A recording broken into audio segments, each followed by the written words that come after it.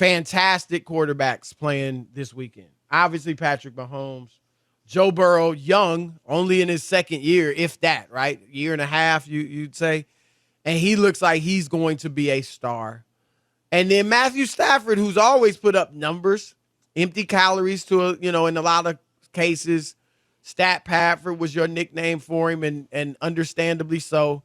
But he's always been talented, and now he's getting it done, at least to this point. He's playing great, and they are in the NFC Championship. So those three are, near the top of the league, if not at the top with Mahomes. And then you got Jimmy Garoppolo. Rob, I don't know. He's certainly not a top 10 quarterback. Somewhere between 15 and 20, probably. Somewhere in there. I think he's a good quarterback. I think he's obviously you can win with him. They've been to the Super Bowl with him, and his record with the Niners proves that he's a difference maker, but he's not a difference maker on the stat sheet or even with the eye test to a large degree. But he's getting a lot of flack, Rob. A lot of media people killing him. In fact, our Jeff Garcia. I forgot his name. Right. Yeah. I had a friend I went to high school with named Joe Garcia.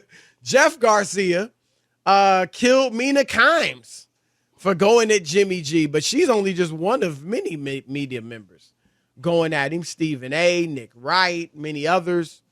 And so a lot of the players, Deebo Samuels and Coach Kyle Shanahan, came to his defense. They probably, talking about his players, feel a need to stick up for Jimmy G. Social media probably hasn't been that great. I'm glad they're sticking up for him because what they say is the truth. Jimmy is one of the main reasons we're here. He's done an unbelievable job, and people don't give him enough credit.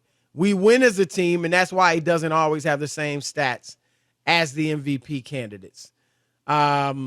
And then you go to Deebo Samuel, Rob. He said crazy, an interesting spelling of crazy, but crazy is what he meant. Kraxy, Rob. KZ. That was a radio station in Phoenix. KZ 103. Oh, yeah, it don't even look like that. Crazy or whatever. But anyway, crazy how y'all have so much to say about our quarterback. Check his win percentage. Okay, I'll wait. Pure winner at Jimmy G. All right, Rob, what do you think? Are they right? No, they're not right. It's easy to do that and gloss it over when you win, and I get it. You're in the NFC Championship game. You want to make your quarterback feel good, but he's got to play better. Going back, we would not even get to the last two playoff games. In the last two games of the season, he had 2 touchdowns and 4 picks. In the postseason, against Dallas, no touchdowns, 1 pick, quarterback rating of 67.4. Against Green Bay, no touchdowns, 1 interception, 57.1 quarterback rating. He has to play better. And if they were to lose and he has the same numbers, no touchdowns and a pick or 2, people won't be talking about he's a winner and he just wins and all that. It's easy to gloss over or not pay attention to somebody's numbers when you win. Winning is the cure-all. It's the makeup of sports. It covers up the blemishes because you could always say, well, we won. That's all that matters. We won. No, he hasn't played well. You remember the Dallas game? He tried to give the Cowboys a game back. Remember with the late interception? And in Green Bay, there were some throws that could have been picks that he got away with, and which is fine. They won. They won both games, and they were in the NFC Championship game. And I remember this about Tim Tebow. He'd be terrible like for 3.5 quarters, and then somehow he would get somebody in line, a kicker in line for a 75-yard field goal, and then they would say, Tim Tebow time, oh my God. Dude. Everybody has a job to do. Jimmy G can play better and has to play better. That's all I'm saying. They will not be saying that if he has yet another game with no touchdowns and a pick or 2 and they lose to the Rams. it won't be, we love Jimmy G. It'll be like, okay, we can move off of Jimmy G and let's go to the future and start. We need a quarterback who can get offense going. So I'm not buying that it's an excuse. He wins, but in the last 4 games, he has not played well. Right. Well, no, I wouldn't say the last 4. I'd say the last 2. He's got to be better in the playoffs. The last game of the season, they're down 17-3 to the Rams, and he helps them come back. And in the last possession of the game, they're down. Their season's on the line. They're not even going to the playoffs, and he engineers a 75-yard drive for them to and throws a score in the game-tying touchdown.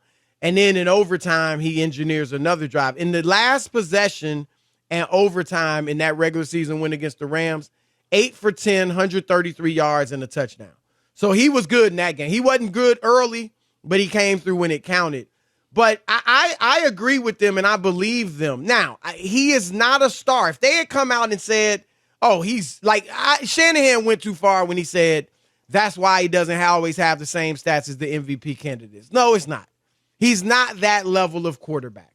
All right. And if somebody were to come on and say, he's elite, look at his record. He's top 5. Look at his record. He should be a Pro Bowler. Then they're go off the reservation. But nobody's saying that. They're just saying the dude wins. And I agree with, well, let me back up and go here, Rob. You're right in that, of course, they're going to say this because you're heading into the NFC title game and you don't want to rip your quarterback ever. If they said he has to play better. He hasn't thrown a touchdown in 2 weeks. We can't win like that. We need him to be better. We need him to be better. That's not what you want to put out there. So I get it. So they got to say that. But I don't think they're saying it just because, it's the thing to say, the right thing to say, or because they like him. He's cool. He's handsome, whatever. Everybody in the locker room porn loves stars. him. Oh, I'm sorry. Yeah, right. Like, I don't think any of that is why they're saying it. I think they're saying it because they know his track record with them. Deebo Samuels played 3 years with him, been to a Super Bowl and made a Pro Bowl. So he's like, yeah, he knows he's not Aaron Rodgers, Tom Brady, Pat Mahomes, but he also knows that he's a pretty good quarterback. Kyle Shanahan, Rob, we talked about, he knows he was 1-10 in his first year as a head coach, and Jimmy G comes in and they win 5 straight games. Kyle Shanahan knows I'm 8-28 with this vaunted defense, with these vaunted receivers and running game. I'm 8-28 without Jimmy G. Actually, worse if you count the 1-10, but 8-28 since Jimmy G arrived, but when he doesn't play. But I'm 37-15, including the playoffs, when he does play.